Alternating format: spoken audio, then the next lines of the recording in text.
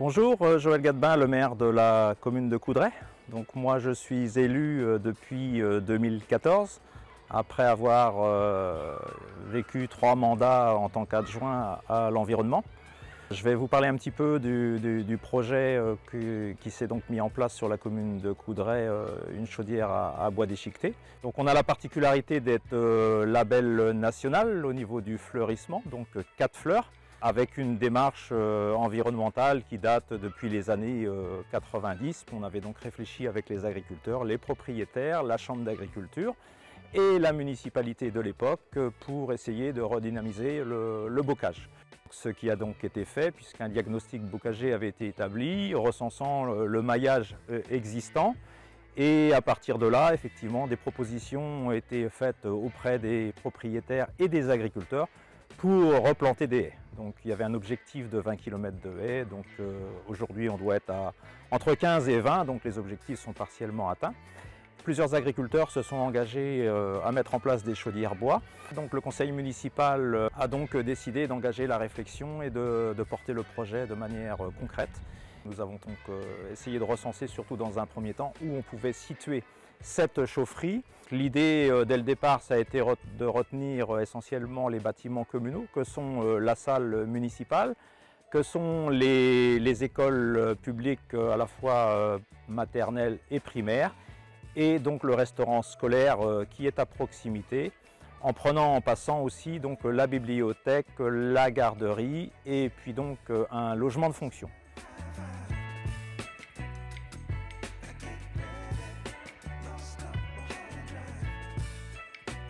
Bonjour, je suis donc Roselyne Lardeux, adjointe à la commune de Coudray et agricultrice à la retraite depuis 2 ans maintenant. Donc j'ai participé au projet d'installation de chaudière bois déchiqueté sur la commune le mandat précédent et aujourd'hui on est devant une haie qui a été valorisée il y a peu de temps. On valorise le bois tous les 15 ans.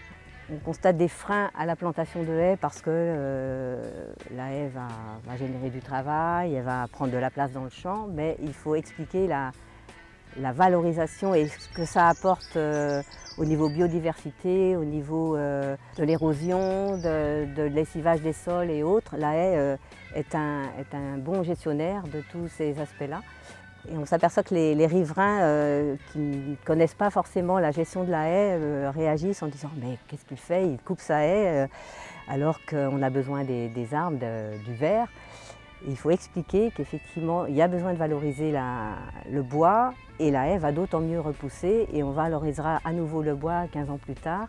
Et si on veut une ressource locale, eh bien ça se gère et ça s'exploite. On peut utiliser ce mot d'exploitation de la haie effectivement. La SIC a participé à la création d'un label haie. Il s'agissait de se projeter sur la bonne gestion de la haie sur la ferme. Et ça, c'est un atout pour la valorisation du bois et aussi un bon accompagnement pour les agriculteurs. Parce que ça peut être un frein également que de savoir comment gérer cette haie, comment on s'y prend.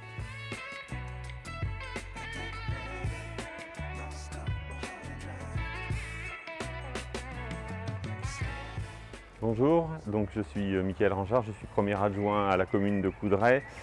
J'ai en charge donc la conduite des opérations de travaux et d'urbanisme.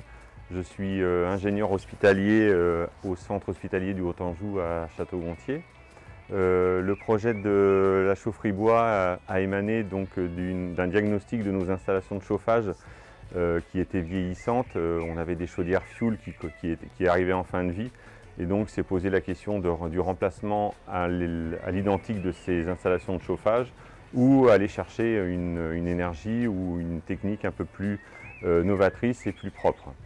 Donc on a fait appel à un cabinet d'études qui nous a réalisé un diagnostic et puis une étude de faisabilité pour la réalisation de cette chaufferie bois. Cette installation est composée d'une chaufferie bois de 70 kW de marque ETA et puis en appoint d'une chaufferie fuel de 200 kW en relève et en besoin de maintenance de la chaufferie.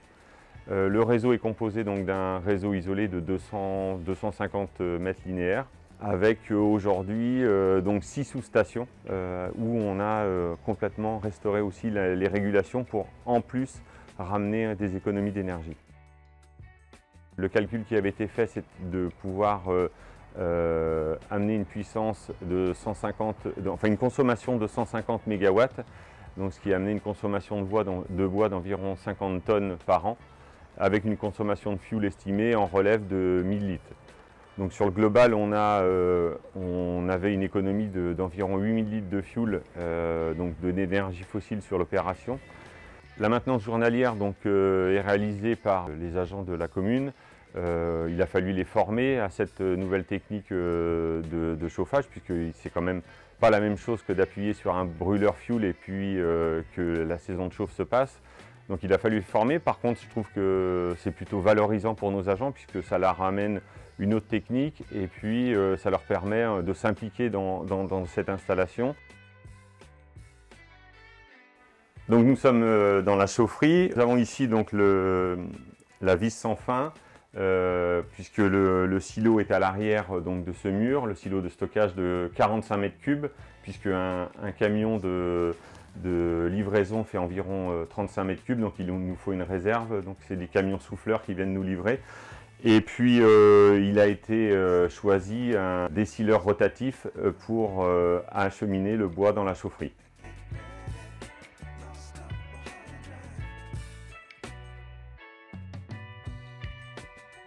Tout est opérationnel et nous ne regrettons pas, surtout lorsqu'on a vu flamber le prix des énergies dernièrement. C'est un peu la boucle qui se boucle. On a planté des haies il y a 30 ans, on les a taillées, on les a entretenues. Donc pour conclure, en tant qu'élu, moi c'est une satisfaction d'avoir porté ce projet. Alors bien sûr en tant qu'élu, mais aussi en tant qu'ancien agriculteur, puisque donc j'ai eu l'occasion de planter pas mal de linéaires de haies sur mon exploitation que j'ai transmise aujourd'hui. À l'occasion d'une porte ouverte, ça nous a permis de sensibiliser la population, les enfants de l'école. Aujourd'hui, après 50 chauffes, ça s'inscrit totalement dans le paysage et c'est pour ça qu'on aime notre chaudière bois à Coudray.